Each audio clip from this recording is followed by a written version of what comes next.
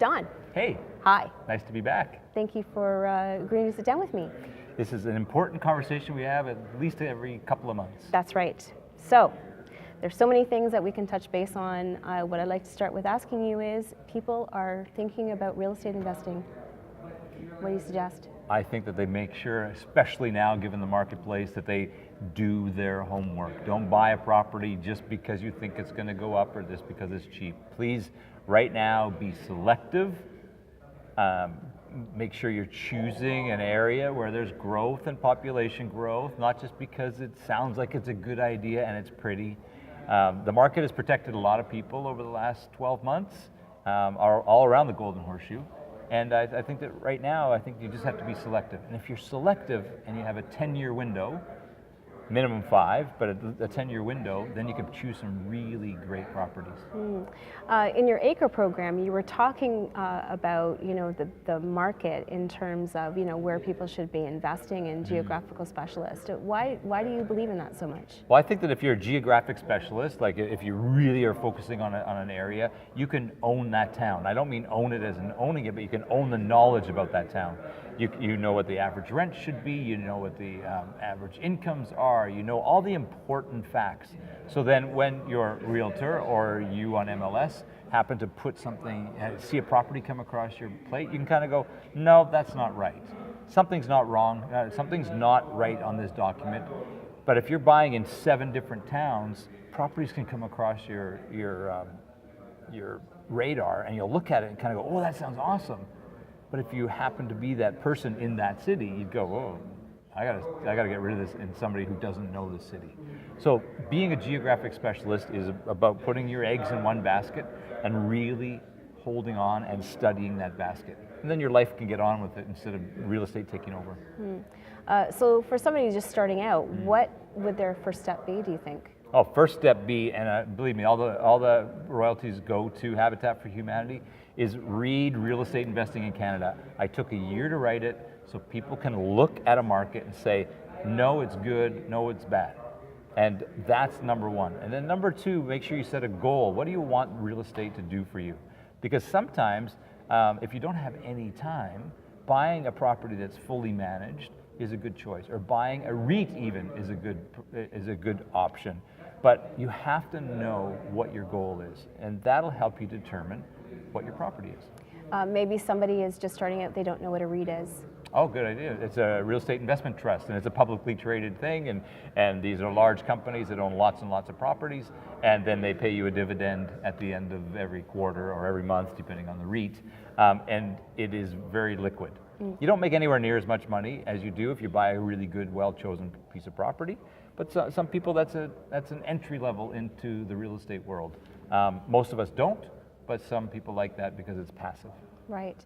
And some people, if they're just starting out and they have a home already, is there a suggestion on how they can maybe leverage that home? Sure. Leveraging the home is really important conversation to have in the house as a couple, as a family. A lot of people have this thing about debt. Debt is bad. And I agree that consumer debt is bad. But debt strategically placed in a marketplace that you're going to get great rents and you're going to get all your expenses covered by your tenants and you're going to manage that, that's not bad debt, that's good debt. That's debt that's designed to make you more wealthy, create some extra income. So right now, all the properties in the whole Golden Horseshoe have gone up so much over the last couple of years that a lot of people have a lot of equity. I like to suggest don't refinance your house. Get a line of credit that allows you to have access to the equity in the house. Reason being, because if you don't use that money to invest, like it takes you 5 or 6 months, it doesn't cost you anything. But if you refinance, you're paying for that money right away, and then you'll feel pressure to buy something in the investment world. And then if you buy something under pressure, generally it's not a good choice. Right. You mentioned earlier about Real Estate Investing in Canada book, which I highly recommend and agree about. Thank you. We discussed, I remember somebody had contacted me and was taking your book like verbatim, and the market has changed significantly. Mm-hmm. So even though they were doing their diligence in the book and they were applying it, they were getting very frustrated. Do you have another recommendation? Well, I think that the important thing is to get back to, I have to buy in a growing market where there's population, that there's an increase in demand, and right now the federal, provincial governments are driving more money into transit. Make sure you're buying like on GO train lines or on TTC lines. Look for places with a future, not a past reputation. You still have to do the math. If it doesn't cash flow, you're not going to get financing. And frankly, if it doesn't cash flow, you shouldn't own it because it's not an investment, it's a speculative purchase. You know, the only way you make money is if it's negative cash flow, is if it goes up. Well, the real estate market's proven that it's like musical chairs. Every once in a while, the music stops. And if you don't have a chair to sit on, i.e. cash flow, then you get knocked out of the game. Right. And I see a lot of people talking about speculation and just buy pre-builds and buy all these things that may work when the music's playing, but when the music stops, then you're hooked. I'm a risk mitigator. I only like to buy really good properties in really good areas that I know exist. So when the music stops, it's all good. Right. So, you know, what about the cheap deal? What about that really good deal? Let's say what if we were to find a $100,000 list property in London, for example? London, Ontario? Well, I would make sure that I do my due diligence on that. You know, the market is generally incredibly hot right now, and it's not because there's a bunch of speculators. It's a bunch of people who, the population is growing so much with millennials. Like that's the same number of people as in the baby boomer world, and those people have not moved into the market yet. So there's a pent-up demand that's slowly starting to push our markets up. And now people are starting to get a little bit desperate, so they're pushing these things forward. So when you find a $100,000 under market property in London, Ontario, you better make sure that you know that London is the place where the future is going to be, where jobs are going to be, where population is going to go to. And if you know that, then it makes sense. But if you're constantly chasing that next big deal in Windsor or London or any of these spots that are being pitched by people, your job is to be responsible and do your own homework. So cheaper isn't always better. Cheaper is not always better. As a matter of fact, I will gladly pay over list price on some properties because I know as an investor what's coming. I've studied the GDP and studied the population growth. But things that are cheaper are often cheaper for a reason, especially in a hot market like this. And that you might not see that reason until later on when you happen to do diligence and see that they're going to run a GO train right through the backyard of your house. I'm going to an extreme, but at the same time, that's the stuff that can happen. That's why they're cheap. Right. So is it still okay to get started now in this market? Sure, but just do your diligence. Right. You know, get surrounded with a great team. You're a great team. You know, you've supported so many of our members to be successful, and I think that's important. It's somebody you can trust. Somebody's not going to sell you something just because they can sell you something. Make sure you have a very clear goal, what real estate's going to do for you. Surround yourself with great people. Get knowledgeable about your area, and you can do well. But understand, real estate's not a race. It's a 5-10 year game. So pick the right property first, in the right town, and you'll do fine. Where should they start? Mortgage?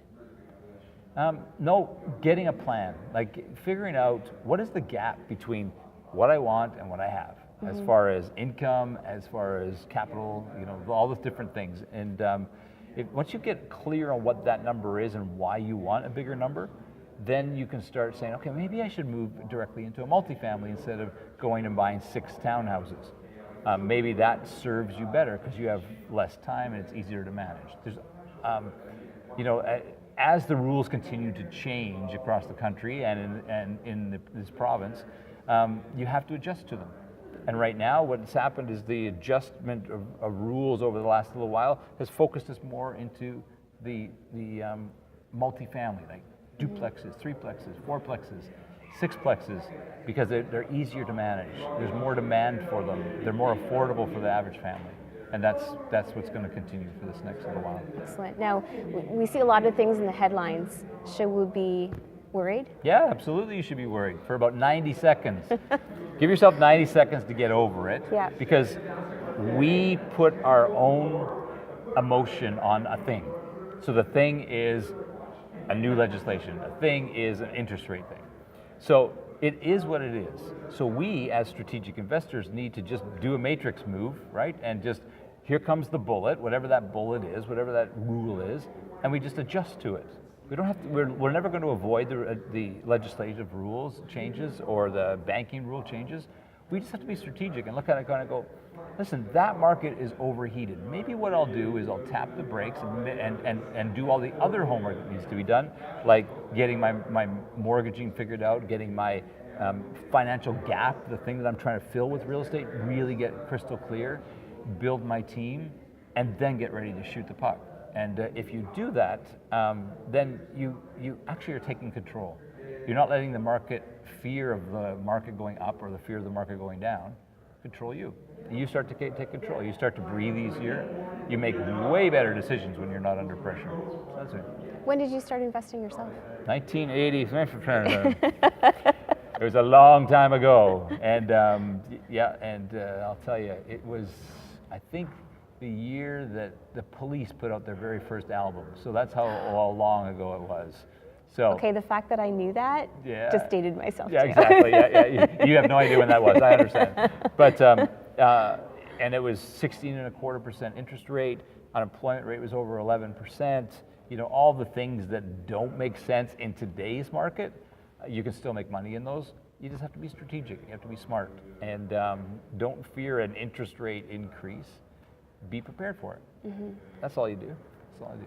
What made you think about getting into real estate yourself? Oh, wonderful! In the little book of real estate, I explained the whole story, and it was one of those moments, like a seminal moment. We were watching Hockey Night in Canada. My buddy and I were, I don't know, 17 or something, and it was the Habs and the Leafs, and we were watching that and sitting on those big beanbag chairs. Now I'm really dating myself, and his dad, for whatever reason, in between periods, came up to us and says, I don't make most of my money in farming. I make it in real estate. Did you guys know, do you kids know that?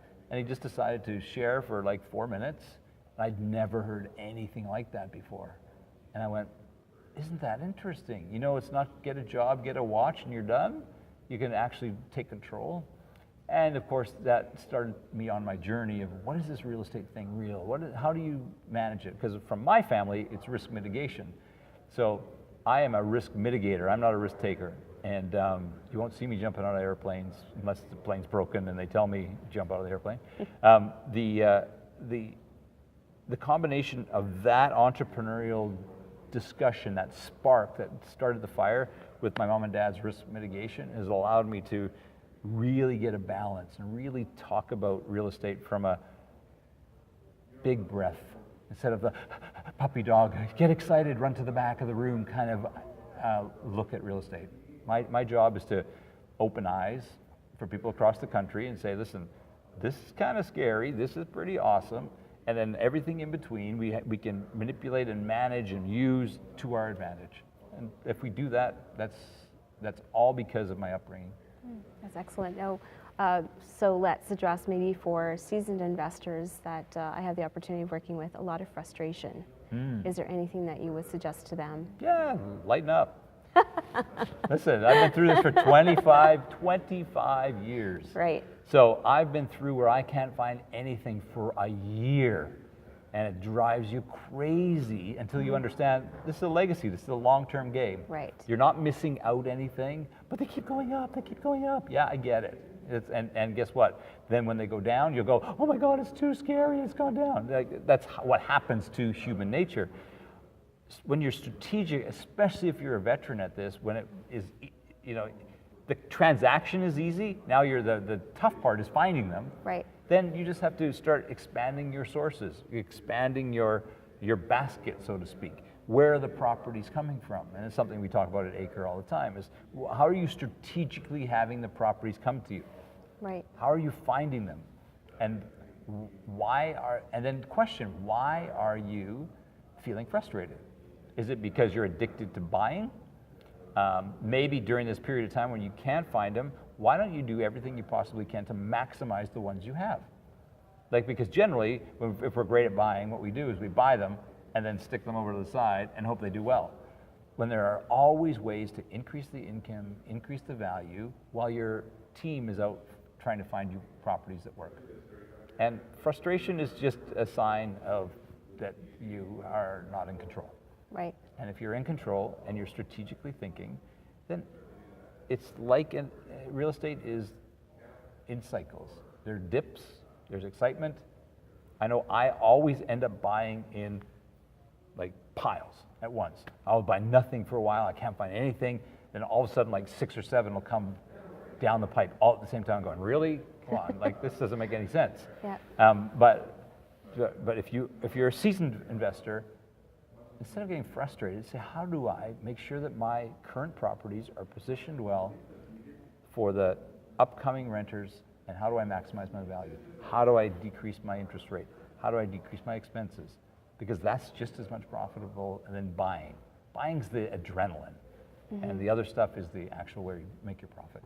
Excellent. Well, thank you so much for your time. My pleasure, Okay. as always. So REINCanada.com. REINCanada.com, DonRCampbell.com, and me on Twitter at DonRCampbell. That's right. That's the cool spot. And get real estate investing in Canada. Please, because all the royalties go to Habitat for Humanity. So Yes. that's And you all. also have another book that I also wanted to end on, is The Real Estate Cycle, right? Yep, The Secrets of the Canadian Real Estate Cycle. It's a wonderful way.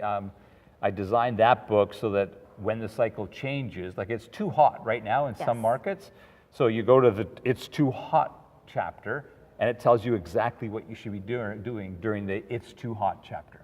Right. And then when it's not as hot anymore, you go to that chapter and go, oh, this is what I should be doing. If you do that, then you don't get so frustrated. Right. So I think that's a really great entry.